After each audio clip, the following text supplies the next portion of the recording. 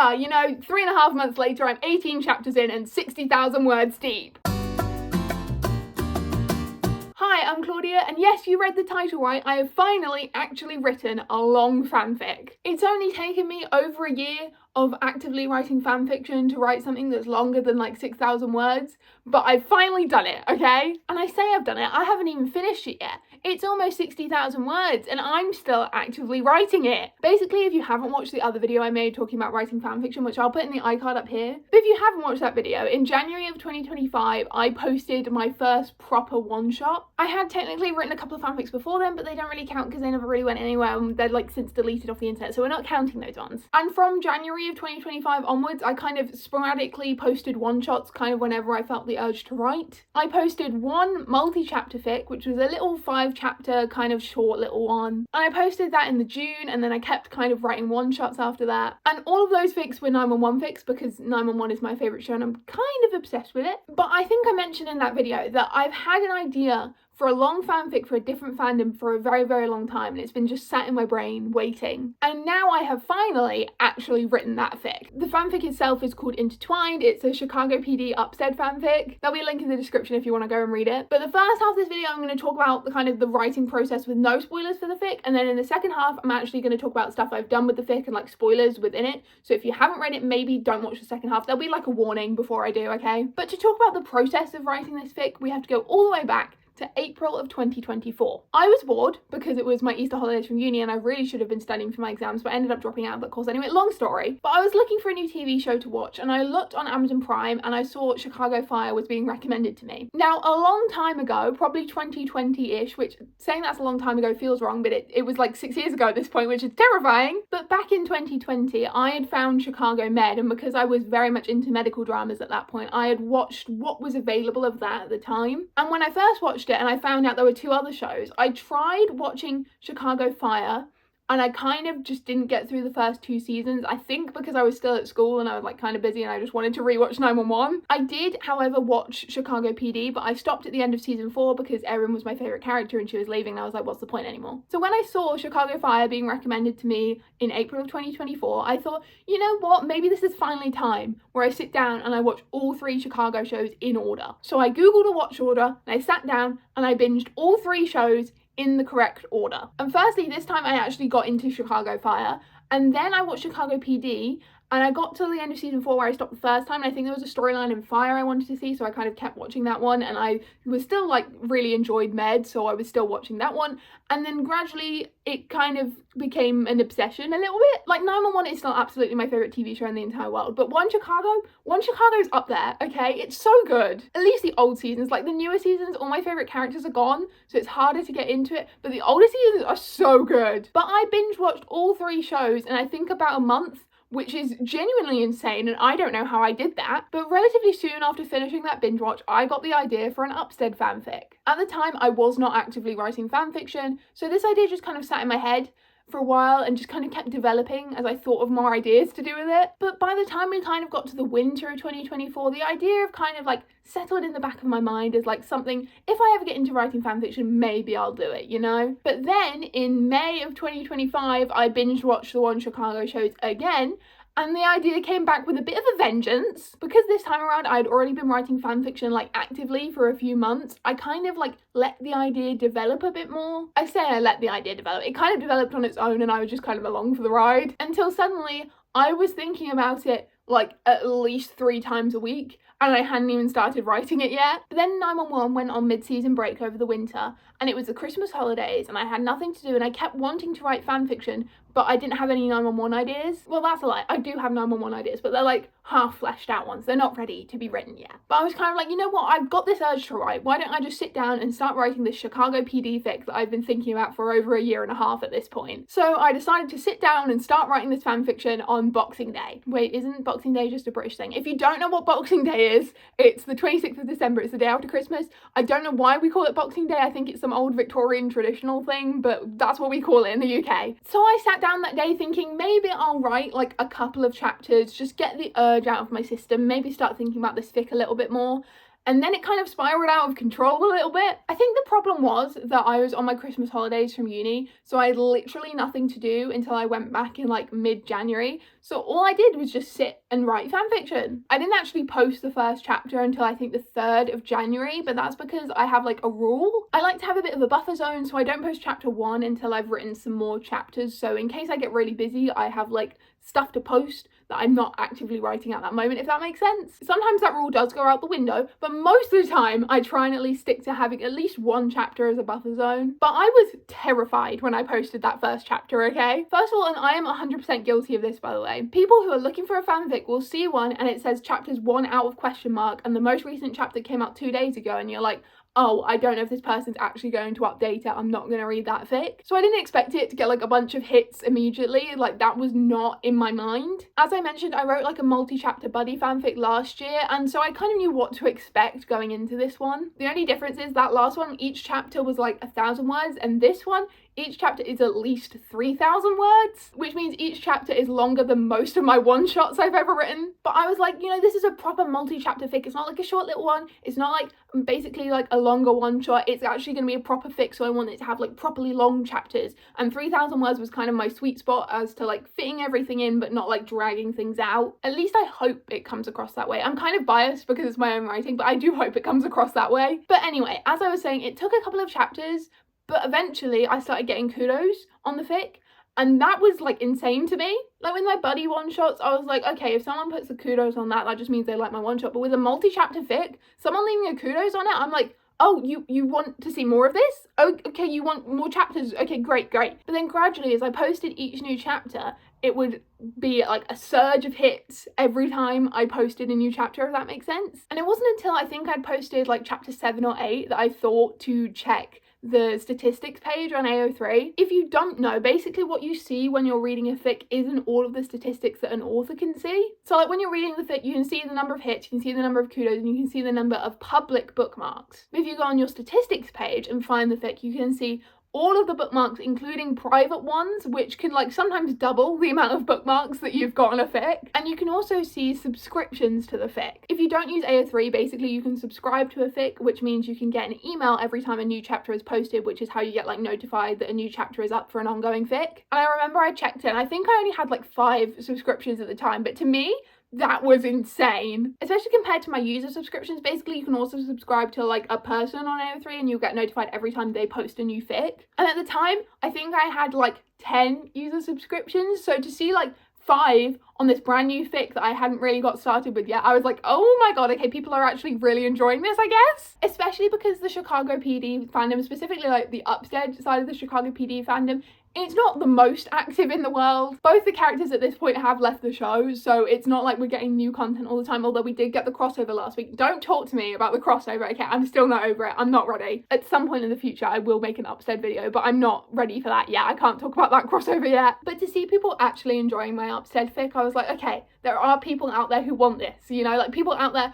who want to read this, who are enjoying it. I'm gonna keep writing this. So I kept going and I kept going and I kept going until we get to this point where I am 18 chapters in. By the time this video goes up, there'll probably be about 21 chapters up, but as I'm filming this, there's only 18. I kind of found a rhythm with it where I post new chapters twice a week on Wednesdays and Sundays. And then last week, I broke 50,000 words. And you might be thinking, Claudia, you said you had 18 chapters, each chapter's about 3,000 words. That does not add up to the 60,000 words you're now on, which it doesn't. 18 times 3 is 54, but most of the chapters are just over 3,000 words. Some are even 4,000 words. So added together, I'm currently on 60,000 words written, and I've actually written more because I have a chapter that I haven't posted yet that's already been written. But as of the day I'm filming this, Intertwined has 40 subscriptions, which is so insane because that means there's 40 people out there who get an email every time I post a chapter.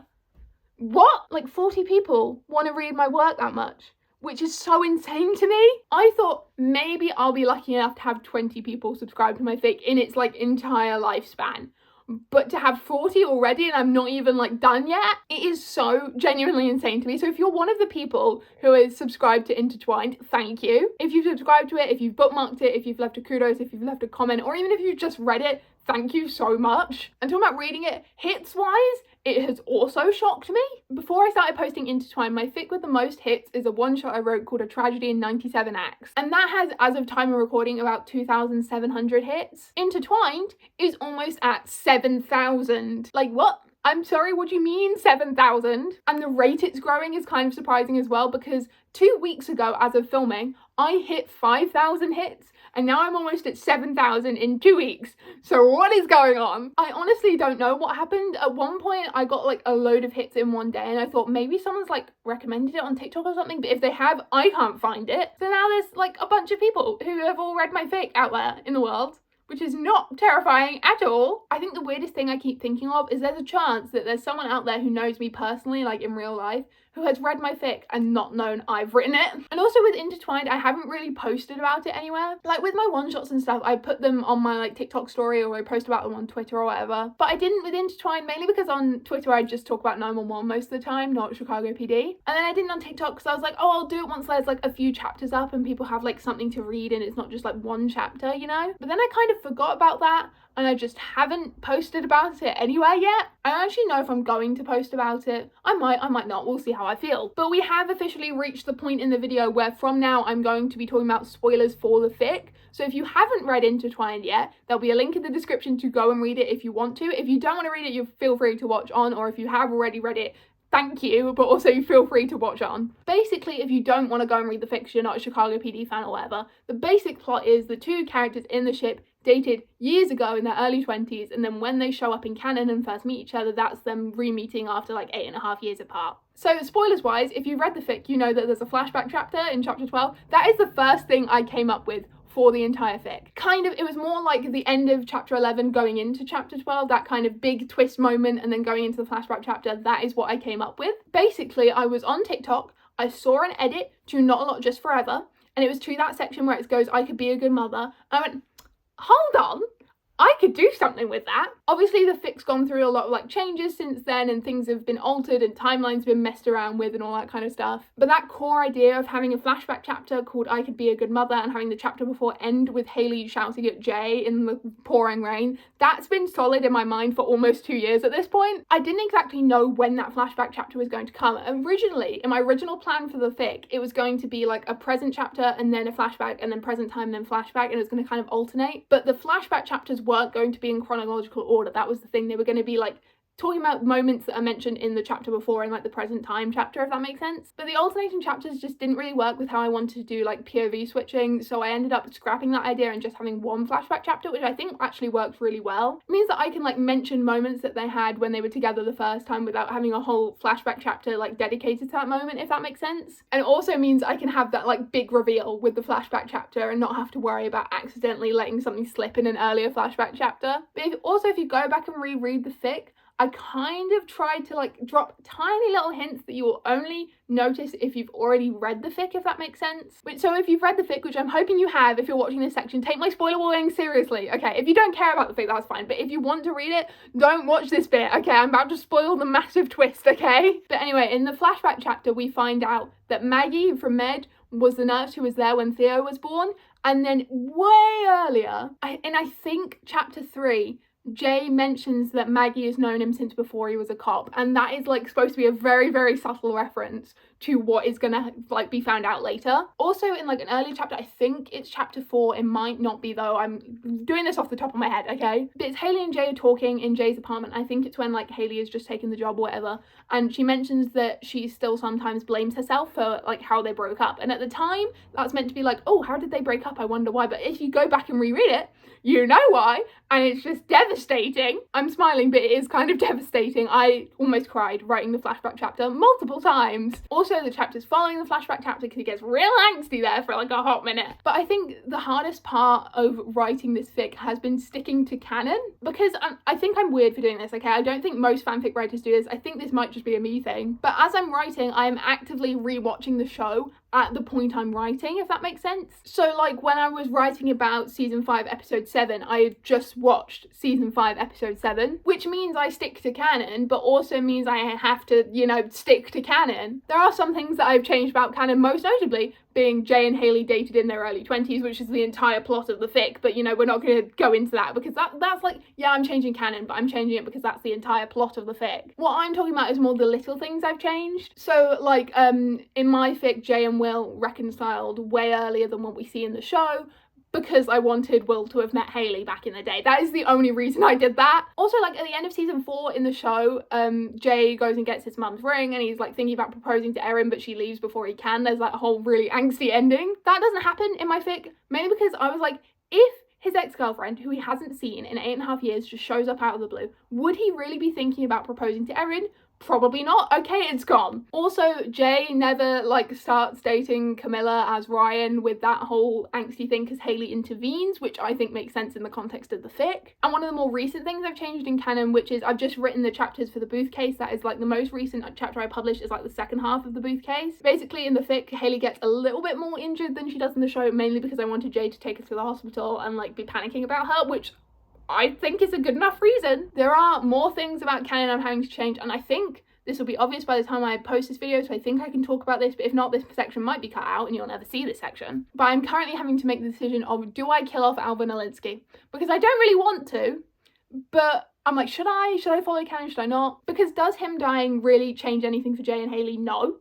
So I could technically keep him alive. But then what do I do for the end of season 5? Because all of the last episodes of season 5 of Chicago PD are just gearing up for Olinsky to die in prison, you know? As someone who has just recently rewatched those episodes, I can tell you there's not much upstead, shockingly. I mean, it's not shocking. They're really focusing on the whole, like, Olinsky's going to prison and then he dies, you know? But then I'm like, am I changing canon too much to keep him alive? Because I know the start of season 6 is when there's that whole fire and Jay's dad dies, and I already know I'm going to change that. I'm not going to tell you how I'm going to change that, but it is being changed. So then I'm like, am I changing too much about canon to do it so close together? Who knows? At this moment in time, I'm leaning towards not killing off Olinsky, but I might kill him off still.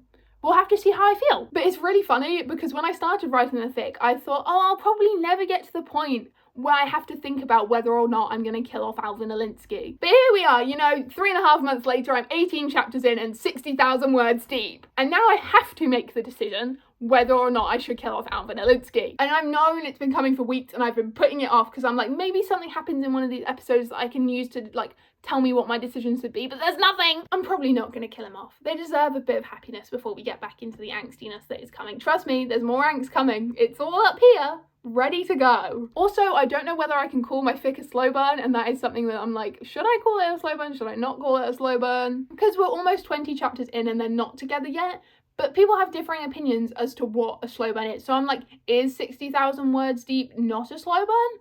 Or is it a slow burn? I don't know. But I'm not going to say anything else because I'm kind of terrified I'm going to spoil the rest of the fic by accident. And if you have read the fic, thank you so much, genuinely. Like, this fic has meant the world to me to write. It's so much fun, and it's so much fun seeing like everyone enjoy it so much, so thank you. But now I do have to do the awkward and kind of cringy YouTuber thing and ask if you enjoyed the video, maybe leave a like on it. And if you like this kind of fanfiction TV show kind of content, then maybe subscribe because I do a bunch of that on here. If you want to follow me anywhere else, there'll be links in the description to my Twitter and my TikTok accounts. And I post new fanfiction related TikToks literally every single day. So if that's something you're into, you might enjoy what I do over there. There'll also obviously be a link to the fic I'm talking about in this video, but also to my AO3 profile in general if you want to go and read one of my 911 one-shots. So yeah, I've been Claudia. I hope you enjoyed the video and I'll hopefully see you all soon. Bye!